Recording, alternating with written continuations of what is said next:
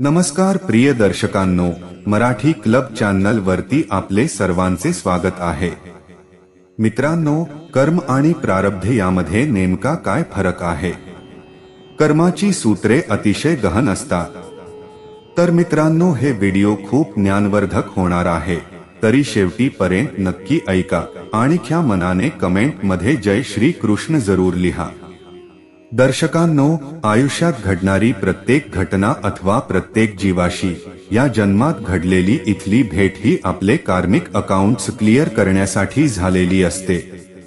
ऋणानुबंधाशिवाय एखादे रोप ही आपल्या अंगणात फुलत नाही।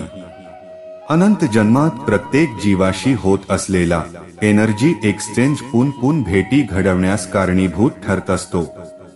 कोणास दिलेला अथवा घेतलेला एक रुपया सुद्धा चुकविण्यास पुढील जन्मी यावे लागते, म्हणून शक्यतोवर कोणाचेही ऋण आपल्यावर ठेवू नये। आपली ही सत्कर्मे किंवा दुष्कर्मेच पुढे संचित रूपाने आपले प्रारब्ध ठरत जातात।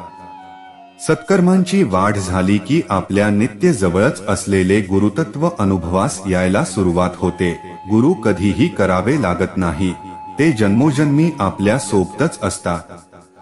आपल्यातील शिष्य जागा होणं गरजेचं असतं। इतकंच एकदा सद्गुरूंचा अनुग्रह प्राप्त झाला की आपण आपल्या प्रत्येक कर्मास सद्गुरार्पण कराव्यास शिकतो। मी जे करतोय ते कोणती तरी शक्ती माझ्याकडून करवून घेते ही विनम्रता अंगी रुजते आणि मग अर्थातच कर्तेपणाचा अहंकार गळून पडल्याने हातून घडणारे प्रत्येक कर्म अकर्म घडून कर्मबंधनातून हळूहळू मुक्त होण्यास आरंभ होतो।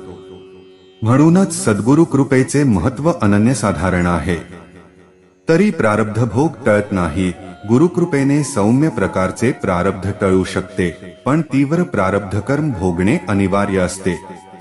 गुरु ते सोसण्यासाठी बळ देतात। कठीण काळात देखील शिष्याच्या चेहऱ्यावरची प्रसन्नता आणि आत्मिक समाधान कधीही कमी होऊ देत नाही। भिंतीवर मारलेला चेंडू गुमग होऊन आपल्याजवळ येणारच, फक्त त्याची आपल्यावर येऊन आपण्याची तीव्रता गुरुकृपेने कमी होते। आपल्या चांगल्या वाईट कर्मांपासून आपली सुटका कधीही नसते, म्हणून हातून घडणारे प्रत्येक कर्म जागृतपणे परमेश्वराला समर्पित, स्वार्थविरहित, आत्म्यास पटलेले, सत्याच्या आधारावर असलेलेच घडावे। मनाविरुद्ध केवळ जगाला दाखवायला हृदय साथ देत नसलेले कोणतेही कर्म कधीही करू नयेते। यासाठी ज्योतिष आपल्याला आपल्या पूर्वसंचितानुसार घडणाऱ्या घटनांचा केवळ आलेख देतं, पण गुरुकृपा आज्ञाचक्र जागृत करून कर्माप्रती सजग करत जाते। म्हणून एकदा गुरु आयुष्यात आल्यानंतर विवेकी जीव सहसा ग्रह, तारे, नक्षत्र, पत्रिका यात भरकटत बसत नाही। तर मित्रांनो, हे व्हिडिओ जर तुम्हाला आवडले असेल तर व्हिडिओला लाईक आणि चॅनलला सबस्क्राईब करायला विसरू नका आणि आपल्या मित्रांनाही हे व्हिडिओ शेअर नक्की करा। धन्यवाद।